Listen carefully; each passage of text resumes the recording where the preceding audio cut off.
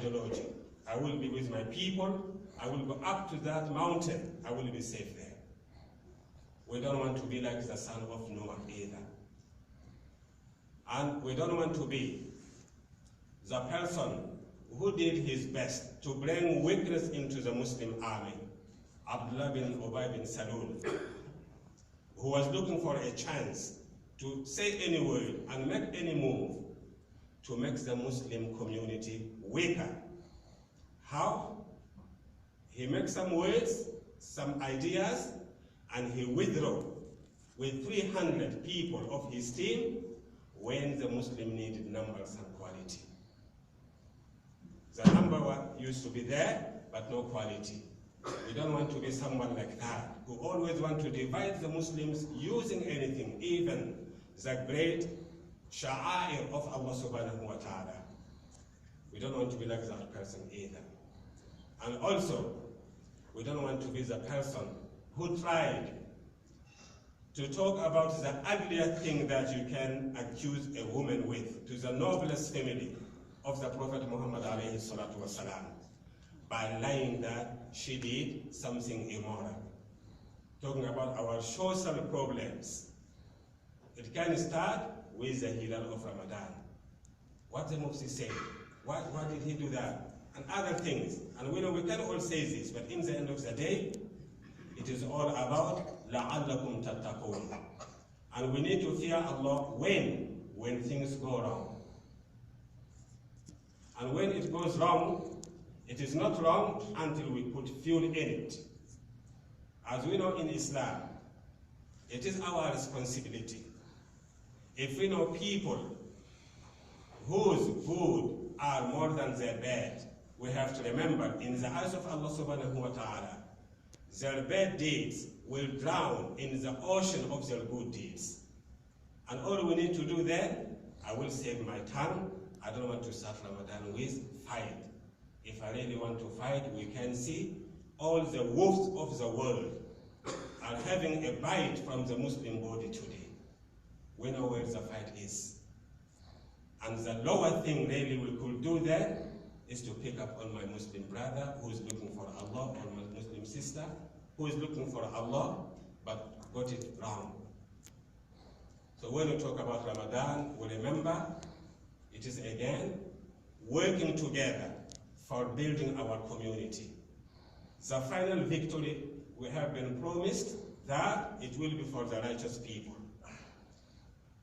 We just need to put any fuel that will bring about the unity. When and how, that is Allah's business. Because even with the Sahaba, Allah subhanahu wa ta'ala reminded the Prophet alayhi salatu wasalam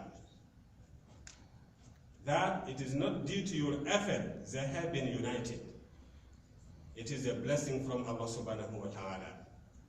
لو أنفقت ما في الأرض جميعا ما ألفت بين قلوبهم ولكن الله ألف بينهم. Even if you spend everything you have, whatever in this world, to buy their heart and give them unity, you could not do that. It is Allah subhanahu wa ta'ala who brought their heart together, because He saw them all going to one target. We may not see that target by ourselves, but always we learn from the history. People who aimed something, they did not see the fruit, but the fruit came, and they're happy with that. If you remember in the 1960s, when the black men who were starving and struggling for his people's relief, Martin Luther King, and we all know his dream. He was not killed because of his dream. They would like us to be sleeping and dreaming and base our life on that, but life is a reality, not a dream. They killed him because of his vision. And he told the world he have seen that vision, and he said it loudly. I have been to the mountain top, and I have seen the promised land, but I may not get there with you. But we as a people, we will get to the promised land. The promised land for the Muslims today is what we all, in love, profound love with compassion, to see the day we all will say in the beginning of Ramadan together and end it together. But Islamically, that is not a problem. It is not tight. The tightness is in our heart and how we deal with these differences. But all we can do then to prepare ourselves and remember always, victory will come, but not to everybody, only for the righteous people. فَاصْبِرْ إِنَّ الْعَاقِبَةَ لِلْمُتَّقِينَ. Be patient, because the final victory will be only for the righteous people. And you need to be patient to see that fruit. So Ramadan is coming with memories. And some people who will argue from today until Monday or Tuesday, remember, thousands of these people will not fast Ramadan. They will die. In another word, from today until Monday, thousands of Muslims who may take part of debate and maybe even fight about seeing the moon, they will not see it. They will not fast. Forget about the Eid. If it is written that our life will be extended to see it, we best look for that seed this time. In case we can't make it in our life until next Ramadan, but we work as a people. We will get there for sure, because we can see now all over the world, everything that is happening, it's calling us to unity. And the division that we can see every day, and the number of Muslims are dying every day, they are giving us messages from their graves. And what is that message? They are saying, stop the senseless madness among yourself. That is true. And every day, the problems that we are facing is giving birth to a stronger Muslim community. Because that's what Allah subhanahu wa ta'ala does. فَلَوْلَا إِذْ جَاءَهُمْ بَأْسُنَا تَضَرَّعُوا وَلَكِنْ قَسَتْ قُلُوبُهُم. These problems coming for us to humble ourselves and revise our oath and renew our commitment to Allah subhanahu wa ta'ala. Otherwise, it will be worse. So Ramadan, it is a month of togetherness. It is a month of cleaning our heart and make sure I will not enter this month with a dirty heart, or a heart that hates or jealous, or a heart that does not talk to my mom or my father or my brother or my sister. No more. We will free ourselves this time from shaitan, and when he comes back after Ramadan on the 8th day to say, hello my old friend, I'm back home again, we will say, you are too late. The home has been occupied by taqwa. It is clean now, and shaitan cannot live in a clean heart, in a clean soul. Only when we are unclean by not doing our jobs, then we are target for any evil spirit who want to conquer our existence. They will be able to do so. So Ramadan is about changing myself, reforming myself with all my mind, with all my soul, with all my power and strength, all my knowledge, to say once and for all, La ilaha illallah. I will never bow. And the people who work for shaitan, they hate those Muslims who don't bow.